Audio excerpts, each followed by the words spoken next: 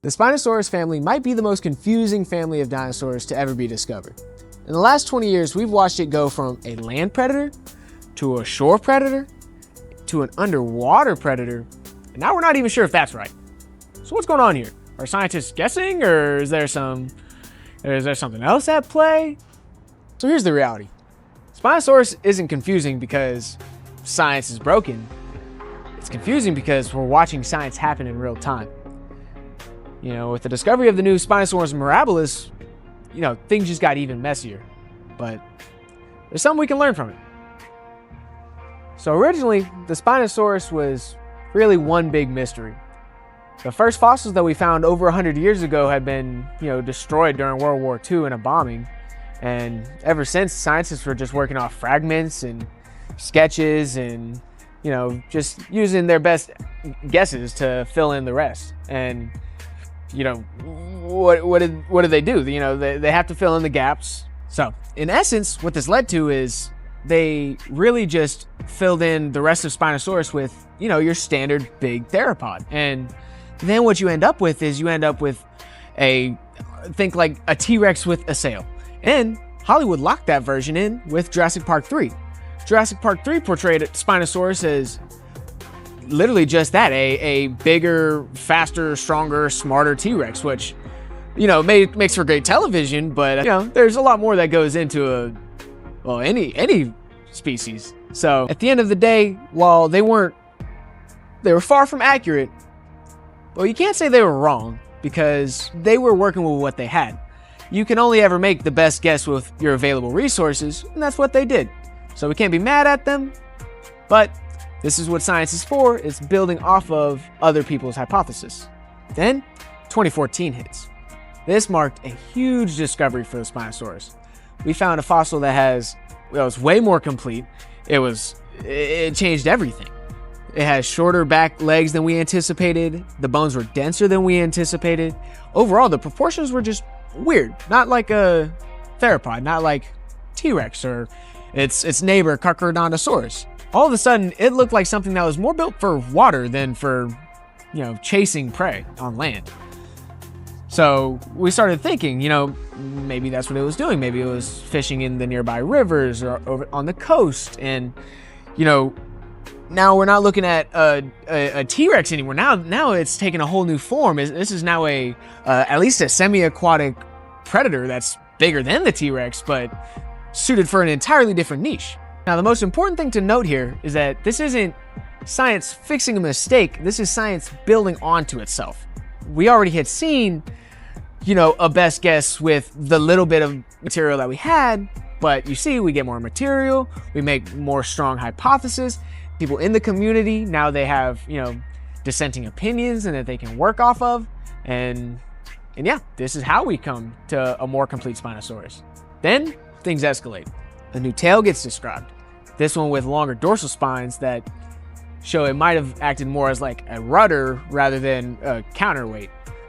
This gives you an entirely new hypothesis of, okay, what if instead of, standing in water, fishing like a stork, what if instead it was actively pursuing underwater prey? Now this is the point where media starts to really run away with this. Now we have the first swimming dinosaur. And while that makes for great media, we still have not fully backed the claim. So we're working on a lot of assumptions at this point. So in this pushback, one of the first big problems gets revealed. That being that denser bones doesn't exactly mean underwater, species. So we see this all around, even in the current animal kingdom with, elephants, and they're extremely dense bones, but, they're not exactly known for swimming. They're big, they have a lot of weight to support. It makes sense, and guess what? So is Spinosaurus. So we start to see cracks in the hypothesis that they were swimming. Now, another problem some of the scientists had was the data set that was chosen. Some people believe that was a more biased data set, and they were aiming to prove that Spinosaurus was a swimmer. And, maybe it could have been for more economical reasons, but I digress. And finally, the stats themselves. Some researchers suggest that the models that the scientists used weren't indicative enough of such a bold claim. Here's the most important part. All that criticism isn't scientists bickering. That is the system of science. That is how we find anything out, is through differing opinions and the culmination of their arguments. Now, here's the fun part. Enter Spinosaurus Morabilus, the newest member of the Spinosaurus family. And this one changes the conversation in a big way. Not by, proving or disproving any one hypothesis, but by really just shaking everything up. Now, one of the biggest details is that we have found evidence of air trapped in Morabilus' skull. So, obviously this increases its buoyancy, also making it harder to dive. So now we're at another weird point where we have some evidence that says it dove and it swam, and now we're getting more and more pieces that show maybe it didn't, maybe it lived more terrestrially or on banks or shores, kind of echoing back to our second hypothesis way back in 2014. So look at this. Look at this timeline. We started off with Spinosaurus as a land predator, then to more of a semi-aquatic predator, then maybe to a fully aquatic predator, and then it gets critiqued, maybe not so aquatic, and then now we have an even more complex species. So what's happening? Is this just confusion? Is this scientists not being able to figure things out? No, this is the scientific process. This is how these things happen. First, you build a model, then you test it, then you update it after you figure out what's wrong with it, and you rinse and repeat. And honestly, Spinosaurus might be one of the best examples of the scientific process and how we've discovered how much we've discovered. The most supported idea is that Spinosaurus was more of a semi-aquatic fish specialist that was not quite capable of full underwater pursuit, but maybe could have swam, just not to any extreme degree. And while the semi-aquatic explanation might not be the coolest explanation, you might be in favor of a fully aquatic competing with Mosasaurus, Spinosaurus, that doesn't quite stand up to the critiques. Here's the thing about Hollywood. Hollywood doesn't exactly care about what explanation fits best with our current understanding. No, they're obviously going to give a little bit more credit to the cooler of the explanations. So here you see in Jurassic World Rebirth, we're seeing fully aquatic pack hunting Spinosaurus working in tandem with a Mosasaurus. What is even happening? I don't know. Nobody knows. It's Hollywood. This is what they do. But we can still see the effect of science on it. We see them, they're trying, to an extent, they're trying to use what we've discovered and the advancements we've made in our understanding of Spinosaurus. And this is the same company that had created, the big mega theropod T-Rex with sails in Jurassic Park 3.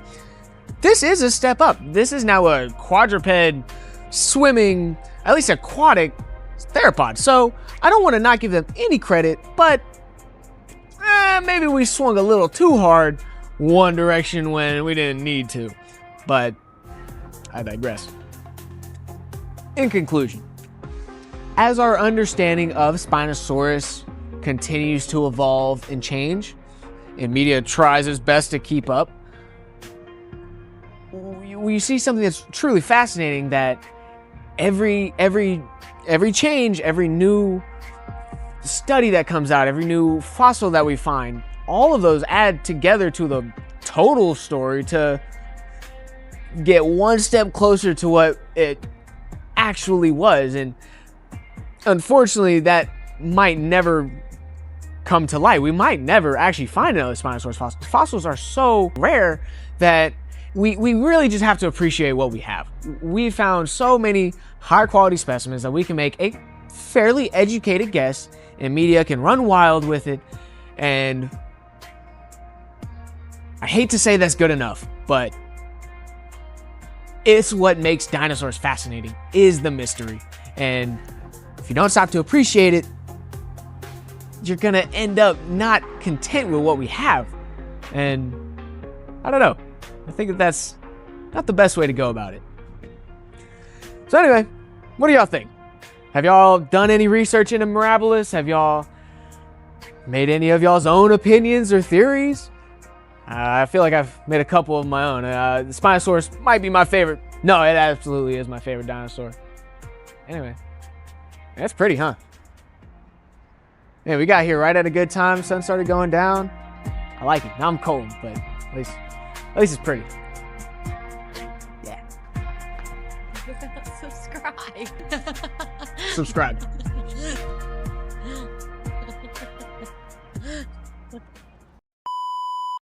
While Spinosaurus not being able to swim like Michael Phelps, or maybe a little faster than Michael Phelps, or maybe a little slower than... No, that's stupid. Could have been funny. I don't know how fast Michael Phelps swims. I don't know who that is. You don't know who Michael Phelps is? No.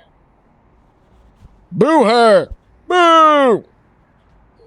That's like 9-time gold medalist Michael Phelps, one of the best Olympic athletes of all time. Anyway.